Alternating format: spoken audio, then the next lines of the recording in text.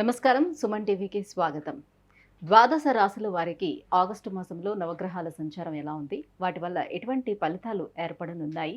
దానికి ఎటువంటి పరిహారాలను పాటించుకోవాలి? ఈ విషయాన్ని తెలియజేసేందుకు మనతో పాటు ఉన్నారు ప్రముఖ జ్యోతిష్య శాస్త్ర పండితులు, జ్యోతిష్య రత్న, జ్యోతిష్య చక్ర వైభవ నిపుణ డాక్టర్ రాళ్లపల్లి రవికుమార్ గారు.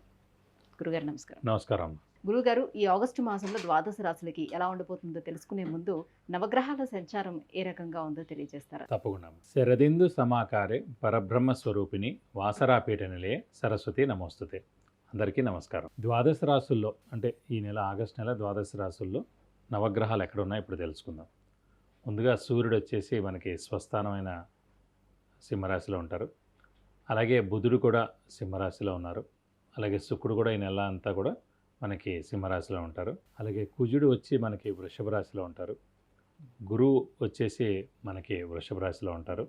అలాగే శని స్వస్థానమైన కుంభరాశిలో ఉంటారు. అలాగే రాహు వచ్చి మనకి మీన రాశిలో ఉంటారు. ఇక కేతు వచ్చేసి మనకి కన్యా రాశిలో ఉంటారు. ఇవి ఈ నవగ్రహాలు ద్వాదశ రాశుల్లో ఈ నెలలు కూడా ఈ స్థానాల్లో ఉంటారు. గురుగారు, వృషభ రాశి వారికి ఆగస్టు మాసం ఎలా ఉండబోతుంది? వీళ్ళకి నవగ్రహాల సంచారం ఎలా ఉంది? గురు శని ఫలాలు ఎలా ఉన్నాయి? తప్పకుండా అమ్మ. వృషభ రాశి అనగానే మనకి కృత్తిక 2, 3, 4 పాదాలు, రోహిణి 1, 2, 3, 4 పాదాలు, మృగశిర 1, 2 పాదాలు, ఈ నక్షత్రాల సమూహం మనకి వృషభ రాశిలోకి వస్తుంది. వృషభ రాశి అనగానే మనకి ఇందాక చెప్పినట్టే ఆ 4 గ్రహాలు అంటే రాహు, కేతు, గురువు, శని సంచారం చూసుకుంటే రాహు, కేతువులు కూడా పంచమంలో లాభంలో చాలా బాగున్నారు. శని తీసుకున్నా కూడా వృషభ రాశికి యోగకారకుడు శని కాబట్టి దశమ స్థానంలో స్వస్థానంలో బాగానే ఉన్నారు. గురువు తీసుకుంటే మటుకు రాశిలోనే ఉండిపోయాడు. సాధారణంగా గురువు శుభ ఫలితాలనే ఇస్తాడండి. శుభగ్రహాలందరికీ గురువుగారు గురువు అండి. అంటే చంద్రుడు, బుధుడు, మామూలుగా శుక్రుడు, ఈ మూడింటికి గురువు గారు వచ్చేసి బృహస్పతి. చెడ్డ ప్లానెట్స్ అంటే చెడ్డ గ్రహాలైన రాహు, కేతు, శని, రవి, కుజుడు, ఈ వీళ్ళందరికీ గురువుగారు వచ్చేసి శుక్రుడు అండి. గురువుగారు ఎప్పుడైనా సరే రాశిలో బాలేకపోయినా 6, 8, 12లో ఉన్న అయితే గురుబలం లేని స్థానాలైన 2, 5, 7, 9, 11 స్థానాలు అయితే గురుబలం కాబట్టి ఆ స్థానాలు లేకపోయినా కూడా చెడేం చేయడు, స్తబ్దుగా ఉండిపోతాడు. బలం చేకూర్చే చోట బలం చేకూర్చకుండా మామూలుగా ఉండిపోతాడు. సో మనం అనుకుంటాం మనం ఎంతో హార్డ్ వర్క్ చేసి కరెక్ట్గా గవర్నమెంట్ జాబ్ పడుతుంది, ఆ టైంలో గవర్నమెంట్ జాబ్ గురించి మనం గట్టిగా ప్రయత్నం చేసి మనం రాస్తాం. సో ఆ బలం సరిగ్గా సరిపోదన్నమాట. అంటే మీరు చదివే చదువులో కానివ్వండి, మీ ప్రిపరేషన్లో కానివ్వండి, అది కరెక్ట్గా రేపు ఎగ్జామ్ అంటే ఈరోజు ప్రిపరేషన్ కానివ్వండి, ఎక్కడో ఒక చోట మైనస్ ఉంటుంది అన్నమాట, ఆ గురుబలం లేని చోట. సో మనం రాసినప్పుడు ఏమవుతుందంటే సగం సగంగా రాయడం, ఫుల్గా నాలెడ్జ్ పెట్టి రాయకపోవడం, బ్రెయిన్ మొత్తం పెట్టి రాయకపోవడం, ఇవన్నీ జరుగుతాయి అన్నమాట. అంటే గురుబలం తక్కువగా ఉండేటప్పుడు ఏ విషయాలపైన జాగ్రత్త వహించాల్సిన అవసరం ఉంటుంది? అన్ని విషయాలు, అన్ని శుభాలు అంటే ఉన్నత చదువు, ఉన్నత ఉద్యోగం, అయితే ఫస్ట్ ఉద్యోగం, వివాహ ప్రయత్నం, సంతాన ప్రయత్నం, గృహ ప్రయత్నం, వాహనం, చిన్న ఒక 10,000 రూపాయల వస్తువు బంగారం కొన్నా కూడా ఇవన్నీ కూడా గురుబలంలోకి వస్తాయండి. అన్ని శుభాలు గురుబలంలోకి వస్తాయి. సో అందుకే చూడండి, ప్రతి ఏడాది ఎవరికి ప్రమోషన్ రాదు, ప్రతి ఏడాది ఇల్లు కొనలేరు, ప్రతి ఏడాది సంతానం కలదు, ఒకసారే వివాహం అవుతుంది.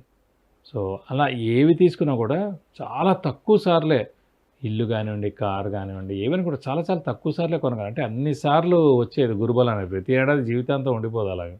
సో వచ్చినప్పుడు మనం బాగా కష్టపడితే కనుక ఖచ్చితంగా మనం అనుకున్న పని నెరవేరుతుంది. ఇల్లు విషయం తీసుకున్నారనుకోండి, 12 సంవత్సరాలకి 2 సంవత్సరాలే స్థలం కానీ, ఇల్లు కానీ, పొలం కానీ కొనే సమయం అనమాట. ప్రతి ఏడాది మనం కొనేలాం. అలాగే సంతానం కానివ్వండి, ఏదైనా సరే.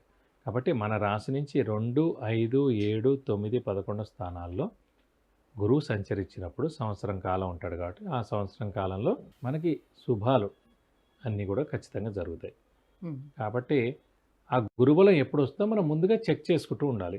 ఇంకొక ఏడాదిలో గురుబలం రాబోతోంది, సో వివాహ ప్రయత్నాలు మనం స్టార్ట్ చేసుకోవాలి. గురుబలం రాబోతోంది, గృహం గురించి మనం ట్రై. మిగతా శని, రాహు, కేతువుల బలం ఎలా ఉంది వీళ్ళకి? మిగతా శని ఏంటంటే ముఖ్యంగా దశమ స్థానంలోనే స్వస్థానంలో ఉన్నారు కాబట్టి పరిపూర్ణంగా ఉంది బలం. సో దానివల్ల ఏంటంటే ఉద్యోగస్తులకి పట్టిందల్లా బంగారం చెప్పుకోవచ్చు. ప్రమోషన్స్ రావడం, నేమ్ అండ్ ఫేమ్, బాస్ నుంచి మన ఇలాగే ఫారెన్ టూర్ విజిట్స్, అసైన్మెంట్స్ ఇవన్నీ కూడా రావడం చాలా బాగుంటుంది. అలాగే ఆరోగ్యానికి కూడా కారకుడు, ఆయుష్ కారకుడు కూడా శని అండి, ఎవరికైనా సరే సాధారణ. సో ఈ వృషభ రాశికి అదృష్టకారకుడు, యోగకారకుడు, లక్ ఫేవర్ చేసే గ్రహం కూడా శని కాబట్టి అతను స్వస్థానంలో ప్రస్తుతం ఉన్నాడు కాబట్టి ఖచ్చితంగా వీరికి ఇంట్లో పెద్దవాళ్ళు, చిన్నపిల్లలు వాళ్ళందరూ కూడా ఆరోగ్యం చాలా బాగుంటుందని చెప్పుకోవాలి. గురుగారు, మరి గురుబలంతో పాటుగా మిగతా గ్రహాల అనుగ్రహానికి ఎటువంటి పరిహారాలను పాటించుకుంటే వాళ్ళ శక్తి లభిస్తుంది? అంటే ముఖ్యంగా మనం పాటించాల్సిందంటే ప్రస్తుతం గురువు గురించి అండి. ఎందుకంటే రాహు, కేతు, శని 3 కూడా చాలా బాగున్నాయి కాబట్టి గురుగ్రహం మనకి రాశిలోనే ఉండిపోయాడు. అంటే మళ్ళీ నెక్స్ట్ ఏడాది సెకండ్ హౌస్కి వస్తాడు కాబట్టి ఇంకా ఏడాది కాలం పాటు మనకి అసలు గురుబలం లేదు కాబట్టి ఖచ్చితంగా దత్తాత్రేయ స్వామిని పట్టుకోవాలి.